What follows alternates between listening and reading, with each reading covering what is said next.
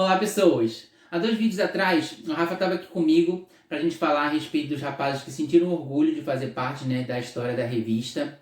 E eu falei que algumas pessoas acabaram ignorando ou não respondendo as minhas mensagens. Só que eu mandei direct para eles e você sabe, quando a gente não tem a pessoa adicionada, às vezes vai para aquela partezinha lá que a pessoa não vê que recebeu mensagem. Mas semana passada eu acabei recebendo uma resposta do Cláudio Andrade, que ele acabou dando um feedback bem positivo, falando que sem problemas, que ia responder, a respeito de se ele sentia orgulho ou não de ter participado da história da revista. E ele acabou falando: sempre lutei e vou lutar, inspirar e apoiar. Trabalho também rompendo esse falso moralismo, e mandou um abraço aqui pra gente. Então é mais um aí que a gente vê que fez parte da história da revista, que não fala dela com vergonha do trabalho de ter feito e que entende a importância que teve para nossa comunidade. Agora, antes de começar o capítulo dessa semana, só vou pedir para vocês darem um pulo aqui embaixo, ver se vocês estão inscritos no canal, dar aquele like, ativar as notificações e vamos embora. Projeto de área visual, hoje em questão, capítulo 67. Qual é a sua desculpa para não se posicionar na vida? Quantas vezes você já viu na internet pessoas diminuindo a luta de outros? Um exemplo: no mês do orgulho, muitas empresas, instituições e a própria população fazem diversas campanhas, postagens e pronunciamentos públicos em prol da comunidade LGBT, e sempre aparece alguém para dizer: quando estiverem lutando em prol de alguma causa relevante, aí eu faço alguma coisa. Ou coisas do tipo: com tanta gente passando fome no mundo, a gente já sabe que tem um monte de gente falando esse tipo de coisa, né? Na maioria das vezes, quem diminui a luta dos outros não está fazendo nada, ou simplesmente usa esse discurso para justificar o fato de não estar fazendo nada. Em Olho no Olho e Opção pelo Enrustimento, Trevisan falava justamente dessa prática dentro da comunidade, onde muitos, para permanecer em suas zonas de conforto, usam os problemas que afetam a sociedade como um todo como desculpa para não assumirem uma postura mais em prol da própria comunidade, se mantendo assim dentro dos seus armários. Confrontando uma pessoa que tinha esse tipo de pensamento, o Trevisan concluiu: segundo ele, eu deveria ter vergonha de ficar olhando meu próprio umbigo, enquanto multidões de pessoas na periferia não têm casa para morar. Respondi lamentando muito que ele ainda não tivesse coragem de olhar o seu umbigo, de modo que gente como eu acaba sendo obrigada a olhar para o meu umbigo e para o dele. O que isso quer dizer?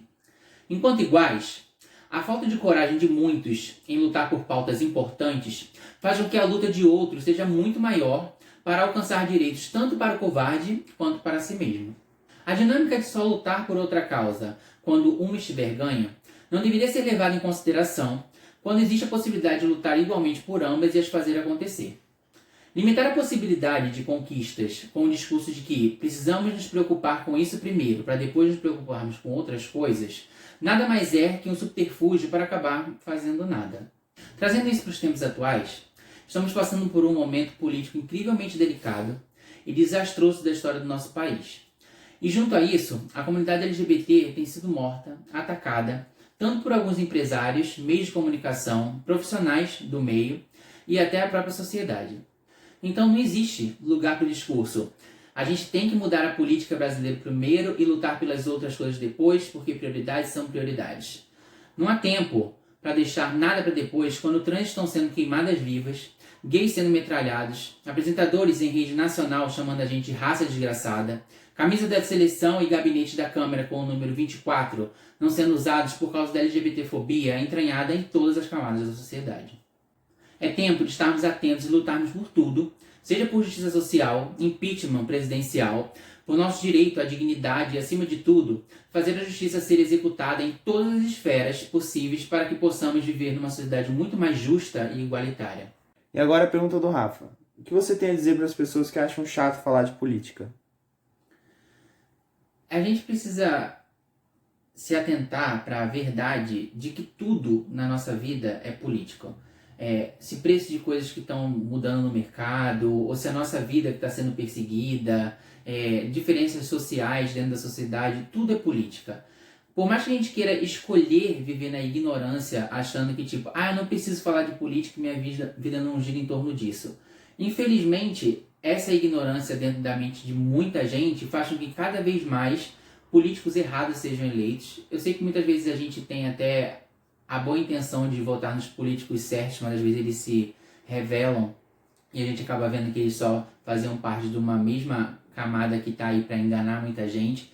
Mas é muito importante a gente estar se informando cada vez mais a respeito disso e pensar no nosso dia a dia, sabe? No nosso agir, no nosso lidar com as pessoas. O fato da gente ser LGBT, da gente ser gay, lésbica, trans, é um ato político, porque essa segregação existe dentro da sociedade em todas as esferas. Então, se um pãozinho aumenta de valor aqui, se você tem que pegar 2 conduções para o seu trabalho e você passa uma dificuldade danada e seu salário não aumenta, tudo isso envolve política de alguma forma. E isso afeta, às vezes, um universo que pode não estar muito próximo da gente, mas afeta um universo muito maior e às vezes a gente não percebe, mas isso acaba afetando a gente também. Não é porque a gente não tem a percepção de que talvez isso não esteja afetando a gente que não está, mas está. E a crise que a gente está passando no nosso país no tempo atual, é muito importante a gente se atentar de que isso está acontecendo justamente pelo nível de ignorância política que existe dentro do nosso país.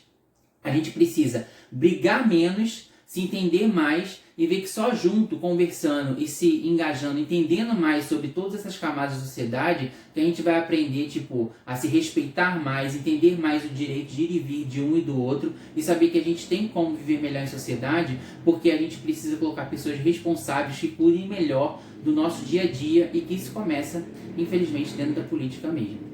Seguindo esse pensamento de senso de justiça, a reportagem Danos Morais, Violência, Intolerância e Discriminação já mostrava os avanços na justiça protegendo a população LGBT nos casos de preconceito dentro de ambientes profissionais, sociais e até dava o passo a passo do que fazer ao ser vítima de tais violências.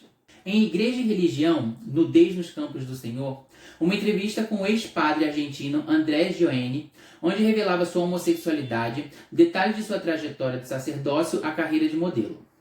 Uma das coisas que me ajudaram a tomar a decisão de deixar o ministério sem sentir culpa diante de Deus foi não querer ser cúmplice de um sistema que faz tanta gente infeliz. Andrés vive até hoje na Argentina, se tornou ator, diretor, escritor, casado com seu parceiro há anos, feliz e realizada. A Cláudia Wander, nessa edição, teve o prazer de conversar com o Celso Cury, um dos pioneiros da imprensa gay brasileira. No capítulo 4, vimos detalhes importantes da sua participação na história editorial do Brasil, e vou deixar aqui no card para vocês darem um pulo lá para ver o vídeo depois.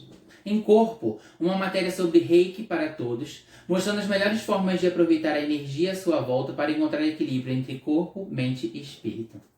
Essa edição ainda se manteve com as 80 páginas, mas a Ana já celebrava em seu recado ajudas que vinham de todos os lados para manter a publicação de pé. Tanto que nessa edição, além da galeria, trazendo o modelo de judoca Miguel Kellner, a seção Desejo veio como Desejos Ocultos e com 2 ensaios. Um com Fred Camargo, baiano de 26 anos, personificando um artista plástico, e o segundo com Rubem Robierbe, de Bacabal, Maranhão, também com seus 26 anos, personificando um pedreiro. Mas o Rubem, sim, é que na verdade é um artista plástico, atualmente renomado nos Estados Unidos, com reconhecimento internacional, milhares de seguidores no Instagram e casado com um premiado apresentador de televisão americano. No ensaio de capa, o Inês Alexandre, que fazia parte de um programa de televisão junto a Alexandre Frota, que foi quem o incentivou a fazer o ensaio principal. O William já havia saído na sessão Faces, de setembro de 2001, e assim mais um que foi sondado no passado acabou posando para a revista, e assim a gente termina mais esse capítulo. Essa temática a respeito de você se posicionar em diversas áreas da sua vida, às vezes é muito delicada, porque às vezes as pessoas sabem o universo em que elas estão inseridas e realmente é muito complicado você se posicionar tão firmemente. Porque tem gente que vive em lares homofóbicos, tem gente às vezes que depende de pai, de mãe, ou do ambiente que está inserido, às vezes no ambiente de trabalho. E às vezes realmente é muito complicado você, bater no peito e afirmar certas posições, porque às vezes você precisa do emprego, você então realmente às vezes tem que se podar um pouco.